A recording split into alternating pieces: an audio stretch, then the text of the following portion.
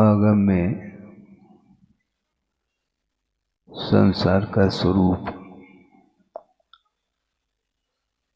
और मोक्ष का स्वरूप क्या है, आगम के आधार से ज्ञात हो सकता है। और उस मोक्ष को प्राप्त करने के लिए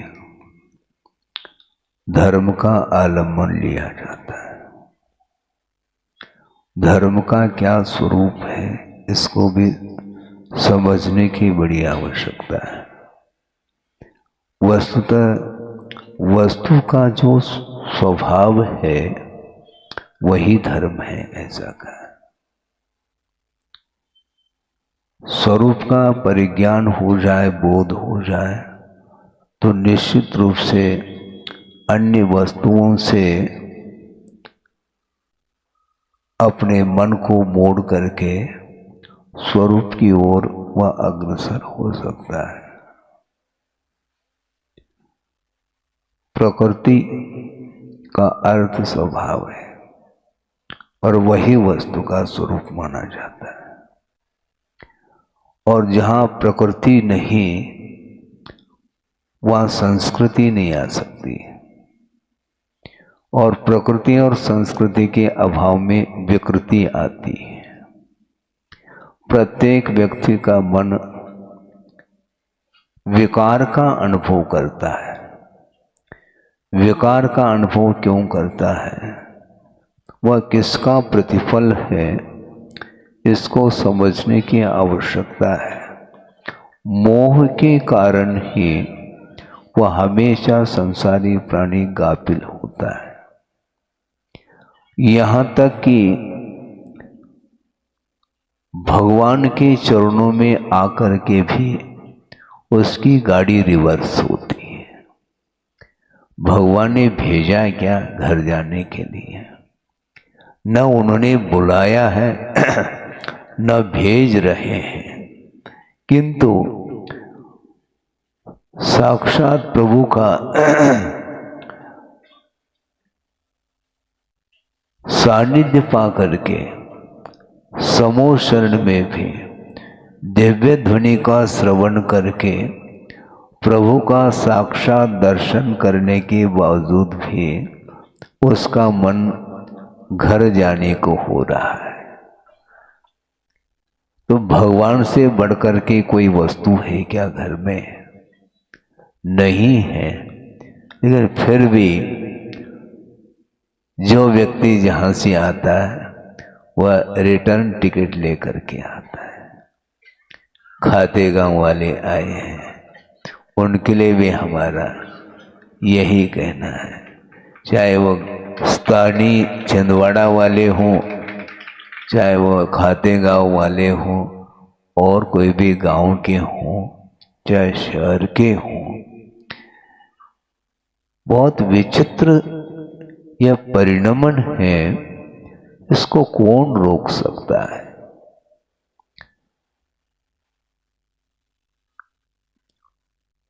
चक्रवर्ती समोषण में पहुंचा है और उसी भोग से मुक्त होने वाला है, ये भी गारंटी है। शायद सम्यक भी है और भी अन्यान्य जो विशेषताएं हैं जो साधारण व्यक्ति के अंदर वह विशेषताएं नहीं पाई जाती। इसके बाद भी घर जाने का मन क्यों होता है और उसका समोषण में मन नहीं लग रहा है। और एक वह व्यक्तित्व है जिसका मन भी समोषण में नहीं लग रहा है। लेकिन दोनों में जमीन आसमान का अंतर है। चक्रवर्ती का मन नहीं लग रहा है, ये तो ठीक है, लेकिन वह एक व्यक्तित्व है जिसका समोषण में जाने के बाद मन नहीं लग रहा है। किंतु दोनों का मन समोषण में नहीं लग रहा है, किंतु इन दोनों में जमीन आसमान का अंतर देखने को मिलता है। क्या महाराज वो अंतर आप बता दो, स्पष्ट कर दो। चक्रवर्ती धर्म श्रवण करके दिव्य ध्वनि का और पूजन अर्चन वंदन आदि करके वापिस लौट रहा है। और एक 8 साल का बालक है। 8 साल अंतर्मुक्त के उपरांत सम्यक को प्राप्त ही नहीं, रत्नत्रय को अंगीकार कर लिया है समोह शरण में, और उसका मन नहीं लग रहा है। महाराज वो क्या करना चाहता है हम बता रहे हैं, क्योंकि समोह शरण में जो आकर्षण देखने को मिल रहा है उससे वो बचना चाहता है। क्योंकि प्रभु का दर्शन किया है, प्रभु बनने के लिए दर्शन होता है, और वस्तु तत्व का स्वरूप हमें बोध प्राप्त हो इसलिए धर्म श्रवण किया जाता है। उसने सोचा चाहे आप 4 बार दिव्य ध्वनि का श्रवण कर लो, चाहे 40 बार कर लो, बात तो वही आएगी। वस्तु स्वरूप एक बार जानने में आ जाए फिर बार बार सुनने की क्या आवश्यकता है। वो सोचता है दीक्षित हो गया हूं मैं प्रभु को साक्षी करके, अब समोह शरण में रहने में हमें व्यवधान उपस्थित हो रहा है। एकांत वन में जाकर के वो ध्यान लगाता है और मुक्त हो जाता है। वो एकांत क्यों चाह रहा है? अनेकांतात्मक जो धर्म है उस धर्म को आत्मसात करने के लिए एकांत की बड़ी आवश्यकता है। जहां पर शोरगुल है, चकाचौंध है, वहां पर असंख्यात देव देवांगनाएं नृत्य कर रही हैं। ऐसा न हो उनके नृत्य की ओर हमारा उपयोग चला जाए और प्रभु कहीं ओझल न हो जाए, इसलिए मैं बाहर जाता हूँ जिसमें सार है, और वहां पर जाकर के एकांत में जाकर के वस्तु तत्व का स्वरूप क्या है उसके विषय में वह चिंतन कर रहा है। जगत का स्वभाव व सम्यक वैराग्यार्थम कहा। संसार के स्वरूप के बारे में चिंतन करने से संसार से भीति होती है, और जो साधक होता है वह हमेशा डरता है। किससे? पाप से डरता है। वह पाप भीरू होता है। व्यक्ति विशेष से उसको कोई भीति नहीं, किंतु पाप से वह हरदम डरता है। पाप वस्तुतः गर्त की ओर ले जाता है, अधोगति का पात्र बनता है जो निरंतर पाप का अर्जन करता है। इसलिए उस पाप से बचने के लिए एकांत में जाकर के प्राकृतिक वातावरण में, वहां पर किसी भी प्रकार से मन में कोई विकल्प नहीं उठते। शांत सरोवर है और उस सरोवर में आप देखेंगे तो नीचे तल में क्या क्या वस्तु हैं वह सारा वह अवलोकन करने में आ सकता है, किंतु उसमें यदि मान लो तरंग उत्पन्न हो जाए तो फिर संभव नहीं। गुरुदेव ने प्रसंग के अनुरूप कहा था, वह आपके सामने रख रहा हूं। रंग और तरंग और अंतरंग, ये 3 चीजें हैं। सरोवर में जल है किंतु मटमैला है, मान लो लाल वर्ण का हो गया वह जल, तो उसमें आप अपने मुख को देखना चाहो तो संभव नहीं, और सारा वह मैल नीचे बैठ गया। अब तो बिल्कुल स्वच्छ वह जल दिखाई पड़ रहा है। इसके बाद भी उसमें तरंगे उत्पन्न हो रही हैं, वह भी आपके अंतरंग के अवलोकन करने के लिए वह बाधक सिद्ध होते हैं। तो रंग और अंतरंग इन दोनों, ये दोनों शांत हो जाए, फिर बाद में अंतरंग दिखाई पड़ता है। उसी प्रकार प्रत्येक व्यक्ति के मानस सरोवर में यदि मान लो ये तरंगे उत्पन्न हो रही, हर्ष और विषाद आदि आदि, तब तक वह अपने आत्मा का क्या स्वरूप है वहां तक पहुंच नहीं पाता है। पढ़ाना यह अलग विषय है, किंतु उसको आत्मसात करना ये बहुत दुर्लभ चीज है। चक्रवर्ती होकर के वह पुनः कहां पर जा रहा है? नरक तो छोड़ो, अभी तो वो हवेली की ओर जा रहा है।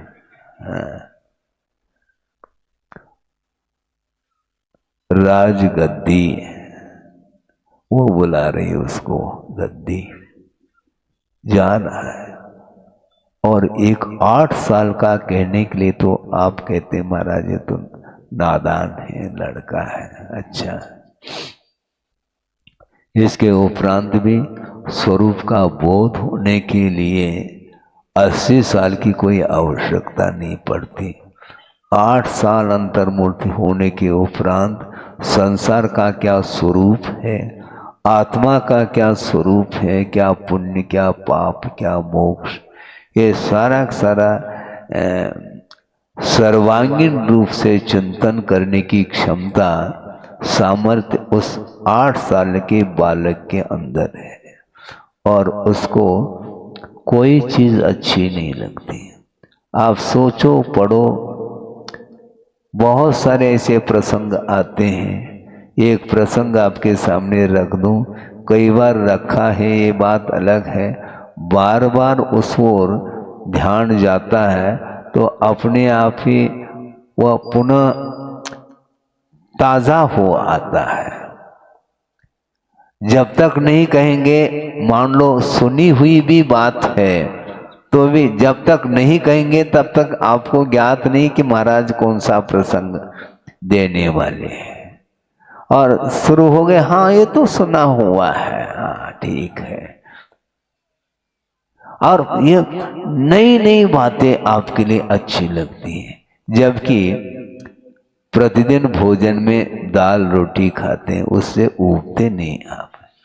और प्रवचन में नई नई बातें चाहिए, जैसे पुराने जो कुछ भी प्रसंग है उसको आपने प्रयोग में लाया हो। प्रयोग में तो कोई ला नहीं रहा है, किंतु नया उपदेश में नवीनता होनी चाहिए। अरे क्या नवीन था, क्योंकि वस्तु का स्वरूप जो ये हमेशा ये उत्पाद व्यय ये होना ही है। आज कोई भी प्रसंग सुनाया वो शाम के लिए वो पुराना हो जाएगा, तत्काल पुराना होता है। प्रसंग ये है कि जिन जीवों ने अभी तक अतीत अनंत काल में एक बार भी त्रस पर्याय को प्राप्त नहीं किया। त्रस किसको बोलते हैं?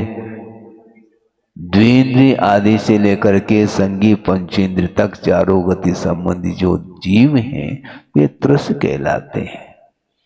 और ऐसे भी अनंतानंत जीव हैं जो अभी तक त्रसत्व को प्राप्त नहीं किया, और ऐसे नित्य निगोध से निकल कर के 923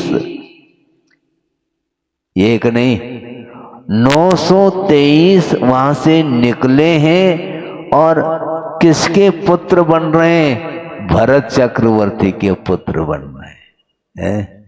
सभा में कोई भरत के नाम से भी हो सकते हैं। भरत चक्रवर्ती के पुत्र बने हैं वो सारे सारे।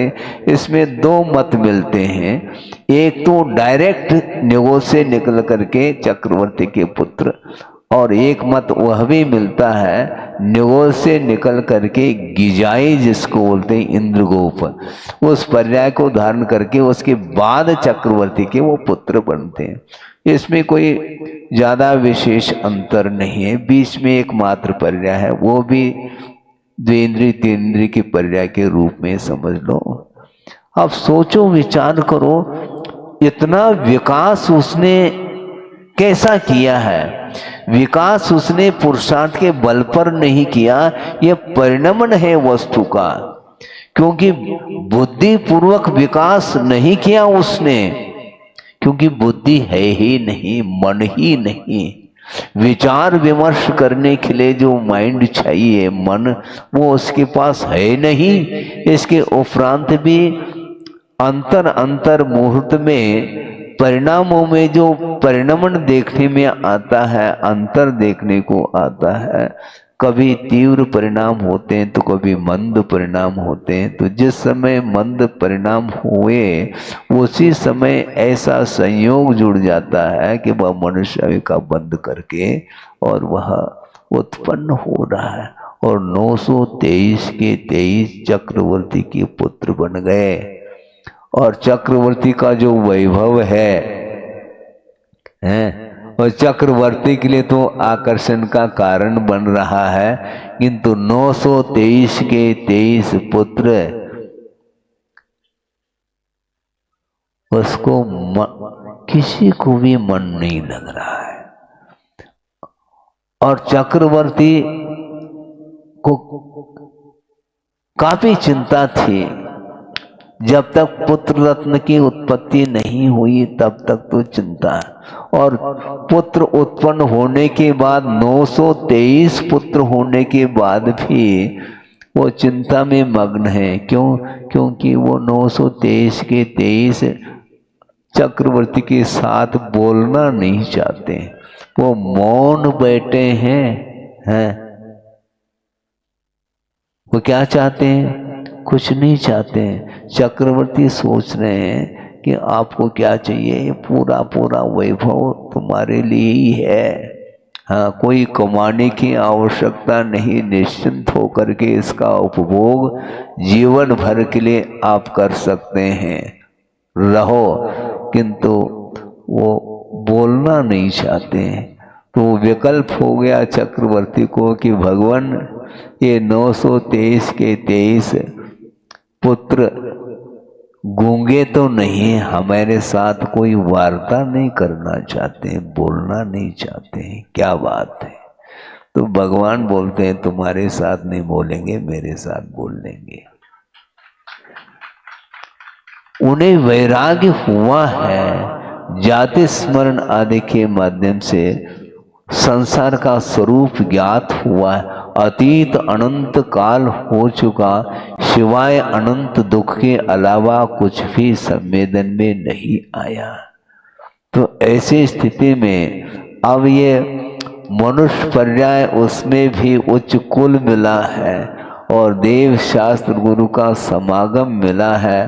अब किसी भी प्रकार से एक आध सेकंड के लिए भी हम देर नहीं करना चाहिए, क्योंकि दुर्लभतम सामग्री प्राप्त हुई है। उसका सदुपयोग करने के लिए निरंतर 923 के 23 कटिबद्ध है और सीधा समूह शरण में प्रवेश करके भगवान को साक्षी बना करके दीक्षित हो जाते हैं और सारे सारे मुक्त हो जाते हैं। उन्होंने सोचा आप अकेले रहो चक्रवर्ती और इस वैभव का स्वामी आप ही बनो। हम तो 3 लोक के स्वामी बनना चाहते हैं, आप चक्रवर्ती बने रहो। षटखंड अधिपति, हाँ बनो अधिपति। हम तो 3 लोक के नाथ बनना चाहते हैं। ये पवित्र भाव इतने अल्प उम्र में सारे निकल जाते हैं। ये ऐसा क्यों होता? वैभव मिलने के उपरांत भी जीर्ण तृण के समान प्रतीति में आ रहा है उन्हें, और संसारी प्राणी का आकर्षण निरंतर बढ़ रहा है। इधर सोचो, वैराग्य के अभाव में प्रत्येक संसारी प्राणी की यही दशा होती रही है। इसलिए पाप से डरना चाहिए। पाप के माध्यम से पतन होता है और पवित्र भाव यदि उत्पन्न होते हैं उसके माध्यम से कल्याण होने वाला है। सोचो, विचार करो। महाराज, ये ऐसा तो नहीं है कि ऐसा ही होने वाला था, क्या होने वाला था ये छोड़ो, लेकिन जो पुरुषार्थ कर, क्योंकि वो जो पर्याय मिली है वह स्वतंत्र हैं। घर में रह करके विषयों में लीन होना अथवा विषयों का परित्याग करना, ये दोनों स्वयं के ही अधीन हैं। आपको कोई भी बाध्य नहीं कर सकता। दूसरे के द्वारा बाधित होकर के हम संसार में परिभ्रमण कर रहे हैं, ऐसा कुछ भी नहीं। स्वयं इच्छा है स्वयं की, और दूसरे के ऊपर वो टालता है। एक व्यक्ति आए, महाराज बोलो क्या बोलना, एक रत्ती भर भी मेरी इच्छा नहीं थी, जबरदस्ती किया घर वालों ने और शादी कर दी। अच्छा, इतनी जबरदस्ती होती है? स्वयं जो है, इच्छा स्वयं की है और दूसरे के ऊपर वो टाल रहा है। एक टालने की बात है, बिना इच्छा के संभव नहीं। हाँ,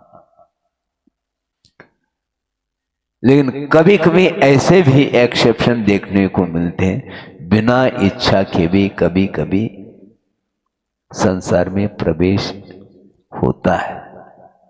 सोचो, विचार करो। एक प्रसंग आपके सामने रखना चाहता हूं।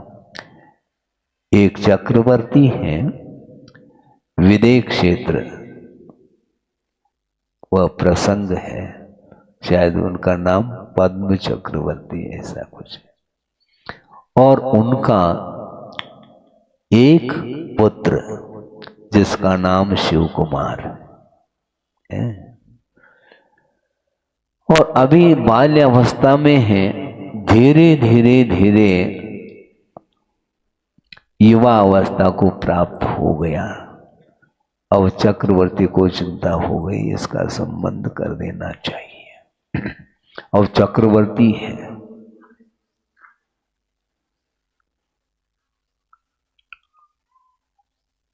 उन्होंने संबंध करने का भाव तो बनाया, मन तो बनाया, लेकिन शिव कुमार का मन नहीं है। वो निरंतर एकांत में बैठ करके चिंतन कर रहा है कि किसी भी प्रकार से इस जाल से हमें पार होना है। अभी शादी हुई नहीं, लेकिन चर्चाएं तो चल रही हैं। और उसको उदास देखा उसके मित्र ने, क्यों, क्या बात है, क्यों चिंता में क्यों है?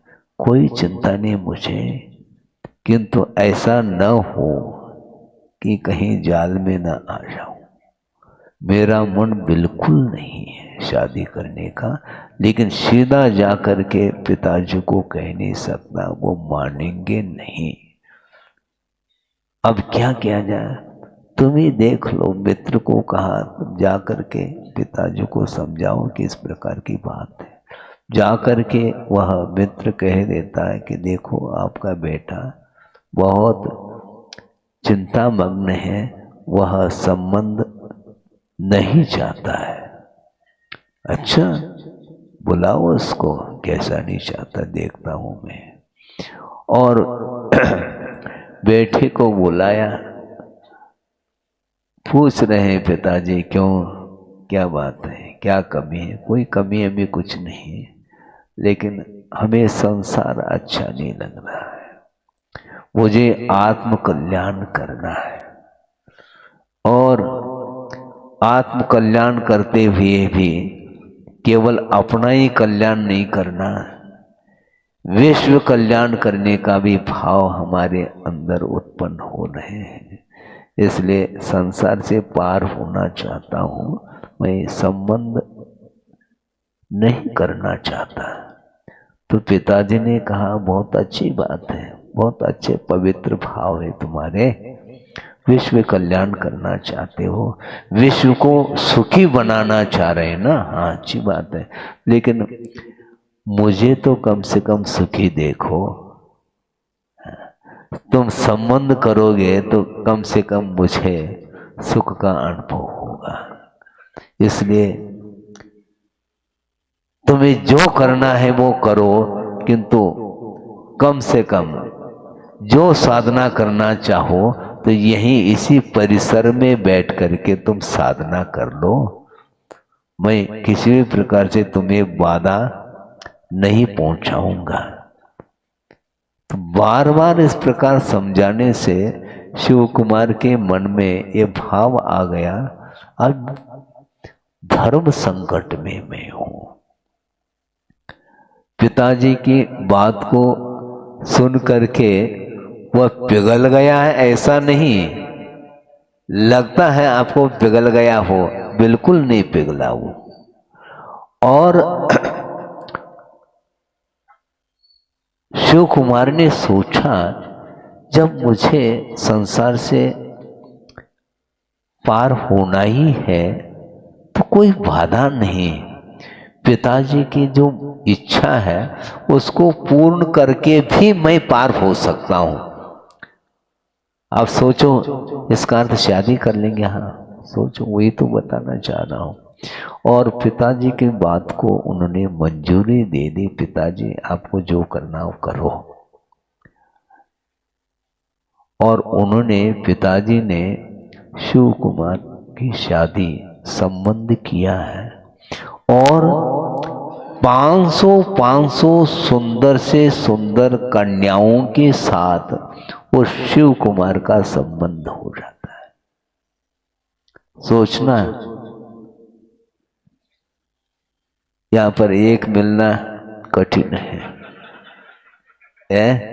अप्सरा को मात कर रही है वो कन्याएं, और एक नहीं दो नहीं 500 कन्याओं के साथ संबंध हुआ। होने के बाद भी अब देख लो क्या स्थिति बनती है। होने के उपरांत भी उसका संकल्प था कि पिताजी आपकी इच्छा को तो मैंने पूर्ण कर ली, लेकिन हमारा जो संकल्प है वह बरकरार बना रहेगा। घर में रह करके साधना के लिए आपने आज्ञा दी है, कोई बाधा नहीं। और उसी हवेली के पास एक बगीचा है, वहां पर जाकर के वह साधना कर रहा है। सोचना थोड़ा सा, 500 कन्याओं के साथ संबंध होने के उपरांत भी उसने श्रावक व्रत जिसको बोलते हैं, प्रतिमाओं को धारण करके और उस बगीचे में एकांत में जा करके निरंतर वह तप कर रहा है। एक उपवास एक आहार, 2 उपवास एक आहार, इस प्रकार एक पक्ष तक उपवास फिर एक आहार, इस प्रकार वह 64,000 वर्ष तक उसने तप किया।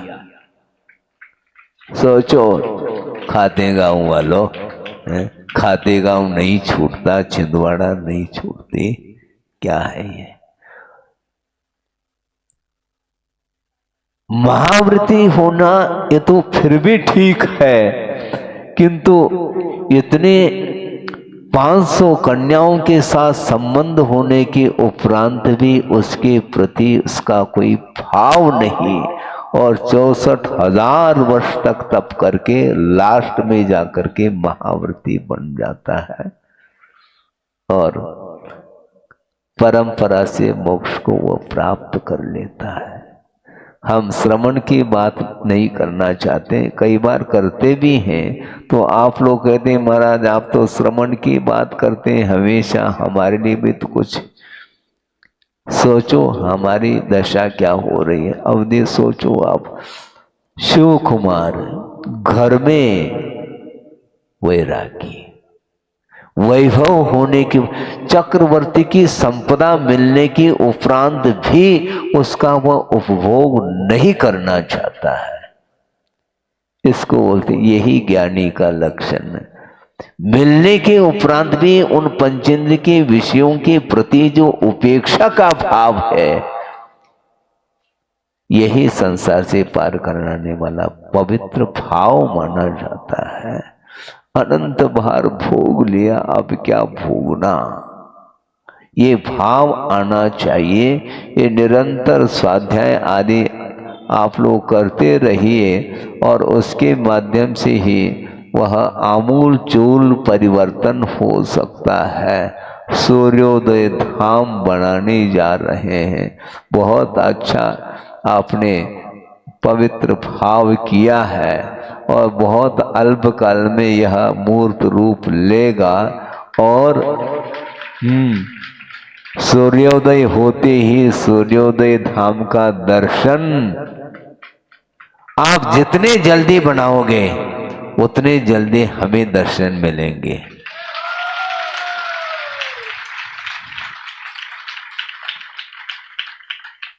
बिल्कुल।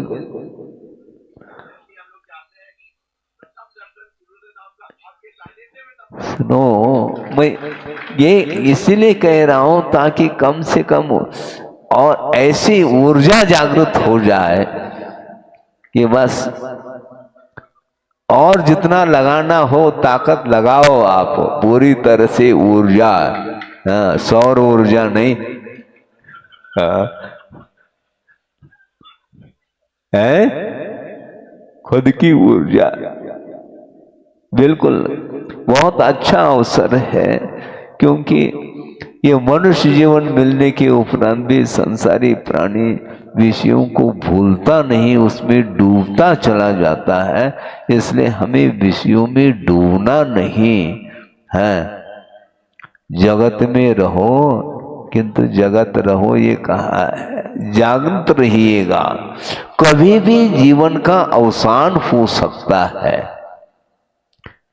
कोई भी डेट निश्चित नहीं है। जन्म की तारीख फिर भी निश्चित हो सकती है, लेकिन मरण के लिए कोई भी तिथि निश्चित नहीं हो सकती। कभी भी वह आयु कर्म का अंत हो सकता है। अंत होने के पहले आप दिन अस्त होने के पहले प्रकाश में काम कर लो तो हमेशा के लिए प्रकाशमान रहेंगे आप। बहुत कठिन, ये दुर्लभ इसी को बोलते हैं। खाना पीना उड़ना ऐश आराम करना ये तो करते आए हैं, अनंत काल से किया है, अभी भी वही करना चाहता है। उन्हीं वस्तुओं से वह आकर्षित होता चला जा रहा है। इसलिए ये राग जो है ना, ये भयंकर रूप है। धर्मानुराग अलग, क्या कहा है, विषयानुराग और धर्मानुराग ये दो प्रकार का राग है। विषयानुराग वह संसार में परिभ्रमण कराने में कारण शुद्ध होता है और जो धर्मानुराग है वह धर्म की ओर वह ले जाता है। धर्म के प्रति अनुराग, संसार के प्रति मेरा कोई भी राग नहीं रहेगा, किंतु धर्मानुराग अवश्य रहेगा, क्योंकि धर्मानुराग के बिना उपदेश देने का विकल्प भी मन में नहीं आ सकता। आपने निवेदन किया महाराज प्रवचन के लिए, तो हम आकर के बैठ गए, लगभग आध पौन घंटा होने को है। इसमें राग नहीं है छिंदवाड़ा वालों के प्रति हमारा है, सबके प्रति राग, ये धर्मानुराग माना जाता है। हाँ, यह भी राग ही है। यहां तक मैं कहने जा रहा हूं, समो शरण में प्रभु विराजमान हैं और उनके चरणों में गणधर परमेष्टि हैं और उनके द्वारा भी उपदेश प्राप्त हो रहा है, वो भी धर्मानुराग ही माना जाता है। यही शुभोपयोगात्मक जो राग है वही धर्मानुराग माना जाता है। तत्व चर्चा, उपदेश है, ये सब कुछ जो कुछ भी प्रवृत्ति श्रमण करता है उस प्रवृत्ति में धर्मानुराग निहित रहता है। सबका कल्याण हो ये जो भाव है यही धर्मानुराग माना जाता है। और इससे भी जब ऊपर उठता है तो फिर केवल ज्ञान होने में देर नहीं। केवल ज्ञान जो होता है वह धर्मानुराग के साथ नहीं होता। धर्मानुराग से भी जब ऊपर उठता है तब केवल शुद्ध परमात्मा तत्व को ही एकमात्र ध्यान का विषय बना करके अंतर मुहूर्त उसमें टिक जाता है तो केवल ज्ञान प्रकट होता है। वो तो जब होगा तब होगा, आज तो वो होना है ही नहीं, इसलिए कम से कम धर्मानुराग ही सही। इसलिए समय देते हैं और सबका कल्याण हो, सबका हित हो, इस उद्देश्य को लेकर के आगम के आधार से आत्म तत्व का क्या स्वरूप है इसका विश्लेषण आचार्यों ने किया है। उसी का आधार लेकर के जो मुमुक्षु भव्य जीव है वह चाहता है तो उसके लिए परोसा जाता है। नहीं है तो कोई बाधा ही नहीं है। हम स्वयं अपने आप के लिए संबोधित कर रहे हैं, स्वरूप संबोधन। कोई सुनना चाहता है तो उसके लिए सुनाया जाता है, कोई जबरदस्ती वाली बात नहीं है। आग्रह नहीं, अनुग्रह की बात करते हैं। आग्रह और अनुग्रह में बड़ा अंतर है। हाँ, आग्रह हो जाएगा तो फिर वो धीरे धीरे खिसक जाएंगे, महाराज हमारे पीछे क्यों पड़े हैं, और कोई दूसरा नहीं है क्या आपके लिए? भैया हम आपके पीछे नहीं पड़ा हूं। आप यदि धर्म के पीछे पड़े हो तो फिर तो साधर्मी है, हाँ? उसमें क्या दिक्कत है?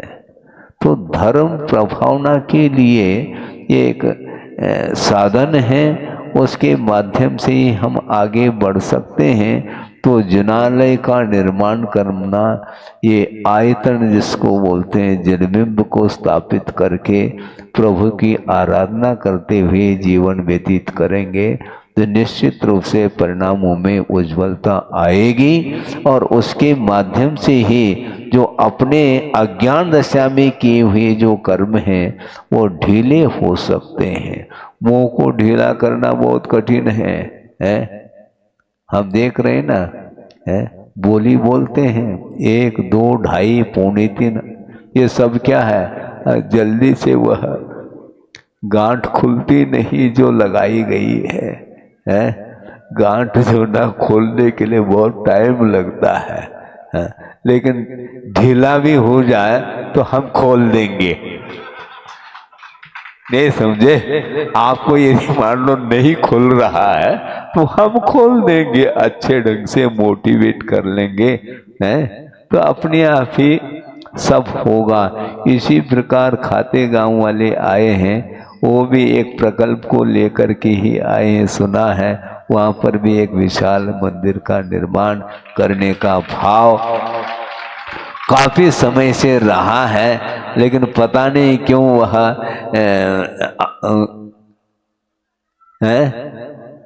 भाव जो है ना वो होते हुए भी पीछे क्यों हट रहे हैं? भाव अच्छे से मजबूती के साथ बनाओ और चर्चा उरे होगी और देख लेंगे उस क्या कहाँ पर वो बात अटक रही है। क्योंकि उसका क्योंकि वो हमारा पेपर है, हम लिखेंगे, अच्छे तरीके से लिखेंगे तो निश्चित रूप से आपकी जो भावना है वह पूर्ण हो सकती है।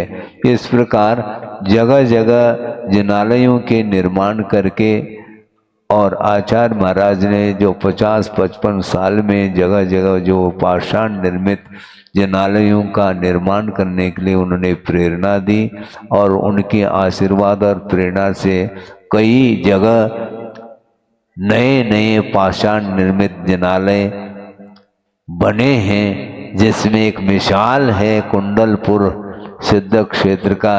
इसी प्रकार नेमावर सिद्धोदय है और सर्वोदय अमरकंटक है। इसी प्रकार और भी जगह भोपाल है, विदिशा है, रामटेक है, ये बीनावारा, और इसी प्रकार अपने इंदौर में भी बनने जा रहा है विशाल। इस प्रकार जो है कई जगह 15-20 जगह मैं समझता हूँ बड़े बड़े विशाल जनालय बनने जा रहे हैं। इसी प्रकार आप लोग अपने जीवन का सदुपयोग मनुष्य जीवन को पाया है, उस जीवन को सार्थक बनाने के लिए आप समर्पित होंगे। धर्म के लिए, धन के लिए नहीं, ये ध्यान रखो। धन तो खूब मिलता है, वो हमने सुना था, वो तो हाथ का मल है, बैल, वो आता है जाता है, सब चलता रहता है। धन का आलम्बन ले लो, किंतु धर्म के लिए यदि धन का आलम्बन लेकर के अपने जीवन को अच्छे रफ्तार के साथ, हाँ, धर्म की आराधना करते हुए जीवन व्यतीत करो, जिसके माध्यम से आत्मा का कल्याण हो सकता है। हो इस पवित्र भावना के साथ अहिंसा परमो धर्म की जय। बोधि समाधि परिणाम शुद्धि स्वात्मोपलब्धि शिव शोक सिद्धि चिंतामणिम चिंतित वस्तुदाने त्वामंदमानस्य ममास्तु देवी। परम पूजाचार्य गुरुवर श्री विद्यासागर जी मुनि महाराज की जय।